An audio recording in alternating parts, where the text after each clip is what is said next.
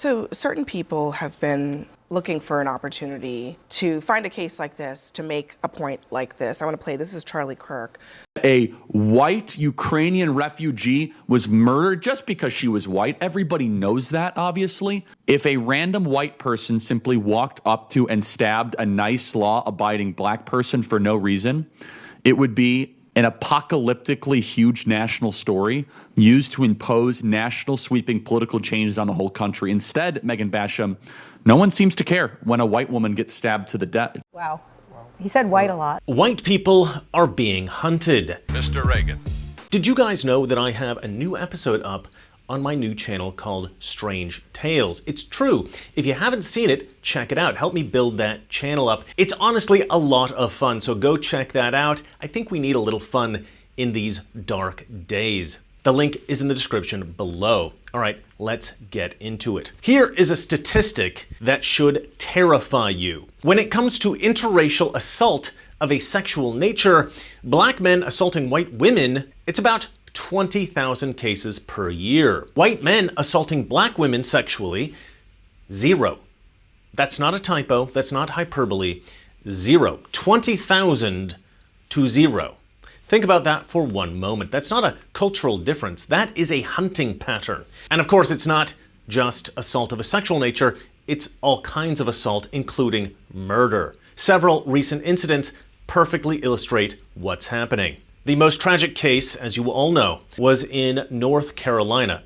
A beautiful Ukrainian girl, Iryna Zarutska, was brutally murdered by a monstrous black man. The footage has gone viral on X, and I think every man who has seen that video has thought the same thing. I wish I was there. This monster had a massive rap sheet. He should have been in prison. But the leftists in the judicial system, the leftists at all levels of government, have been pushing the idea that every culture is the same. Men and women are the same. There's no greater danger from black Americans than white Americans. And we've all kind of gone along with this farce because it's what a lot of people want to believe. But crime statistics tell another story. If people actually faced reality, then that monster would have been in prison, and that Ukrainian girl would never have sat on that bus seat because, had she been cognizant of the danger, she would have known to sit anywhere else. This is called rational discretion. But we feed our children these lies that no group is more dangerous than any other. And for a very long time, the mainstream media did not cover this case at all. And in fact, a lot of people on X were up in arms about how no one in the mainstream media had covered this story. We have years of riots over George Floyd, a violent criminal who died of a fentanyl overdose. But this girl's murder in public, having gone super viral on social media, doesn't even get a second of news coverage.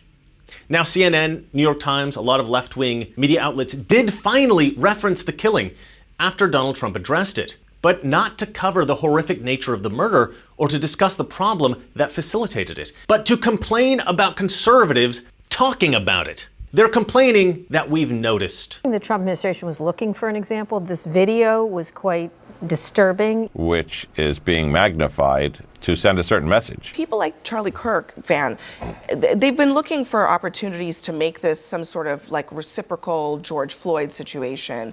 And that's the part that I think he's almost giving away the game, and it's sad to see a lot of people going along with it. It becomes an opportunity for people to jump on bandwagons, and then for someone like Charlie Kirk, he should be ashamed of himself. No one mentioned the word race, white, black, or anything except him. We don't know how to deal with people who are hurting in the way this man was hurting. This is not a convenient news piece to further our political agenda.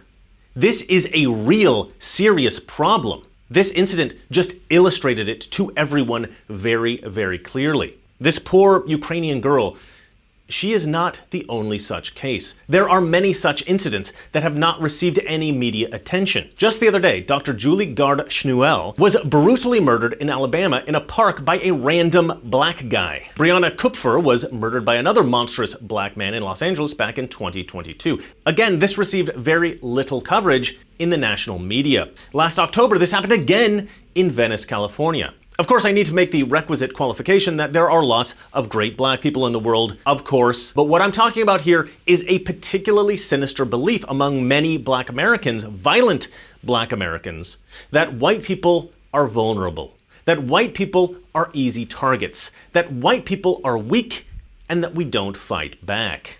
And it's kind of true. We are a polite race. We are a quiet race. We are a generous race. And we have convinced ourselves that every non-white race and every non-white culture is innately good. And this is all culminated in one harrowing reality.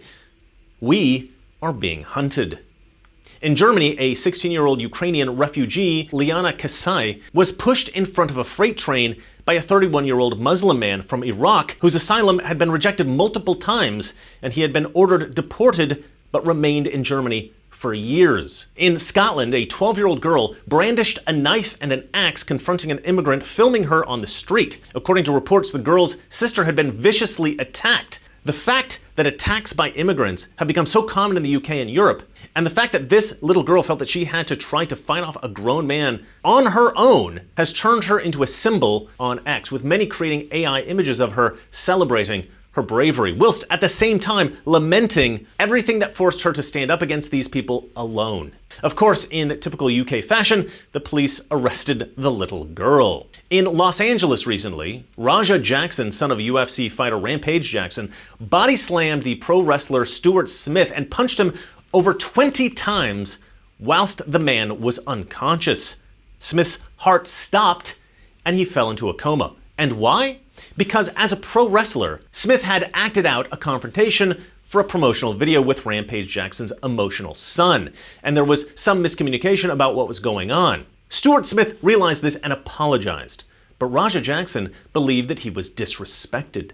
And so he decided to jump in the ring, not to run through a choreographed fight, as the unsuspecting pro wrestler would have expected, but to actually assault him. Raja Jackson intentionally inflicted as much damage on the man as possible after he was already knocked unconscious. This was an attempted murder. Pissed me off though, Andre. He's in the ring, flatline, bro. My bad. A good friend of mine who lived across from an elderly couple were brutally murdered in Newton, Massachusetts in 2023. These were actually very close family friends to her and her mother actually discovered the scene, having gone to check in on them. This case was barely covered in the national media in spite of the truly horrific details. But why would this evil, monstrous black man, why would he choose an elderly Italian-American couple in their 70s and their 97-year-old mother in a beautiful house in a quiet neighborhood? Because there was no risk. This monster knew that they would not fight back, and that murdering them would be easy. These are not isolated incidents. This is part of a pattern, and this is the crux of the argument of this video. It is a theory that I've developed called the theory of quiet and loud cultures. So what is the theory of loud and quiet cultures? Imagine a library with 1,000 quiet people in it. One loud, obnoxious person walks in and ruins it for everyone. Loud destroys quiet, but quiet can never destroy loud.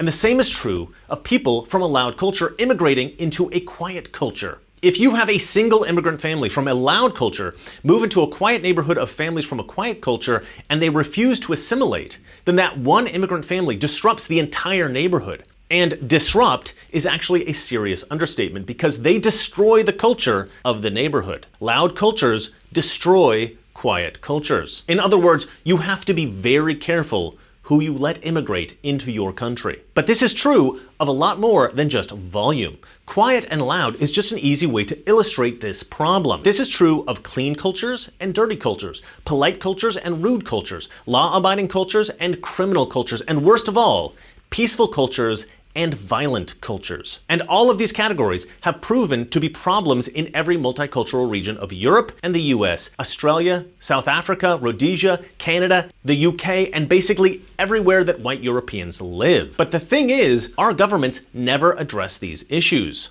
They never even recognize them because they are terrified of being called racist. But these are all real problems, and the most severe manifestation of this is in the difference between peaceful white cultures and some of the very violent non-white cultures. White European culture, emerging from medieval Christianity and the chivalric code, values courtesy, respect, peace, cleanliness, and avoiding violence at all costs. We have created the quietest, most peaceful culture in human history. And that makes us white people, as a race, extremely vulnerable. And the violent cultures, they've figured this out. And so now we are being targeted. Because what's happening at the moment is that white people, by telling our children, never be violent, always settle your differences diplomatically, de-escalate situations, and always assume the best of everyone, is that we've created a society of vulnerable targets. Because some other cultures, they do not settle their differences diplomatically. They have no intention of de-escalating. Many cultures actually promote violence. And so if you or your wife or your child encounter someone from a violent culture who is intent on harming you, and you've basically lived in a white bubble your entire life and never encountered such people, you are going to die. Your wife and your daughter might be violently assaulted in the most grotesque way imaginable, and you will all, very likely, be killed. And this is not hypothetical, this is not speculative, this is happening. We are being targeted. And so what I'm proposing is a cultural shift. White people must learn to fight. Because here's what nobody wants to admit. We are in a literal war, not metaphorical, not symbolic, actual violence with actual casualties.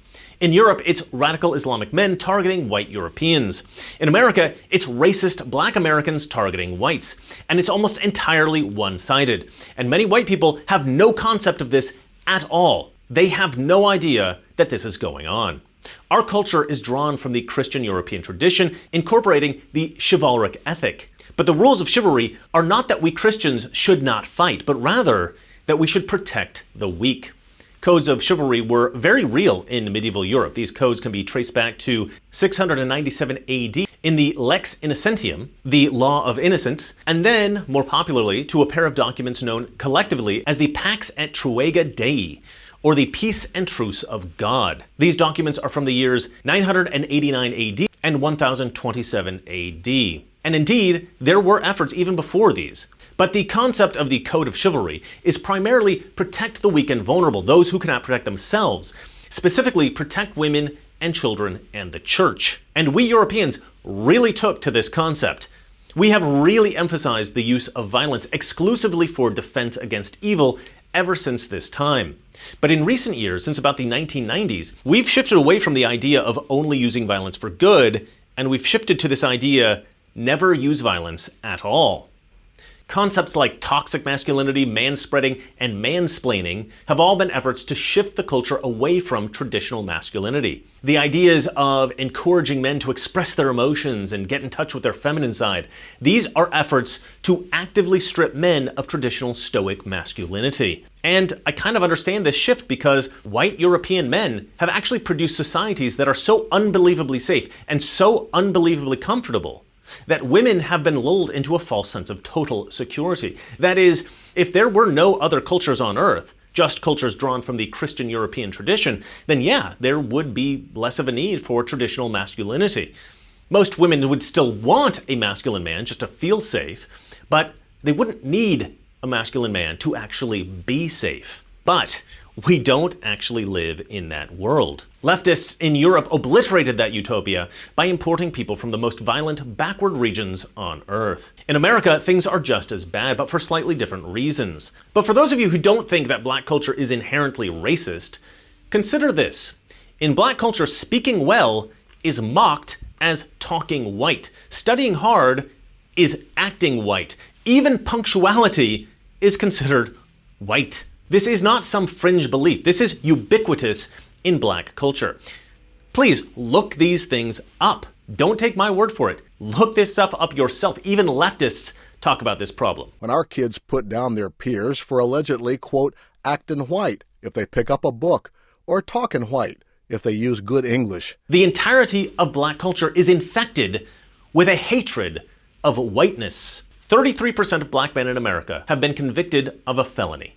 That is 1 in every 3 black guys that you see. And this number isn't even accurate because Policing in America is frankly abysmal. FBI data shows that the national clearance rate for violent crimes in the US dipped to 36.7% in 2022. That means over 60% of violent crimes go unsolved. They are not catching these criminals. So the number of black men in America that have actually committed a felony may be more like 50%. That's every other black guy you see. That is insane. In 1970, a woman named Patricia Bedole crippled our culture by simply redefining one word: racism. Her new definition of racism was prejudice plus power, meaning that black people can't be racist because they have no power. This gained massive traction in the 2010s, and if you ask a leftist what the definition of racism is, they'll probably tell you it's that. But listen, when you tell people that it is morally acceptable to hate a particular group, you will get a culture of hate, hence the most horrific crime statistic of them all. 0 white men assaulting black women sexually every year, 20,000 black men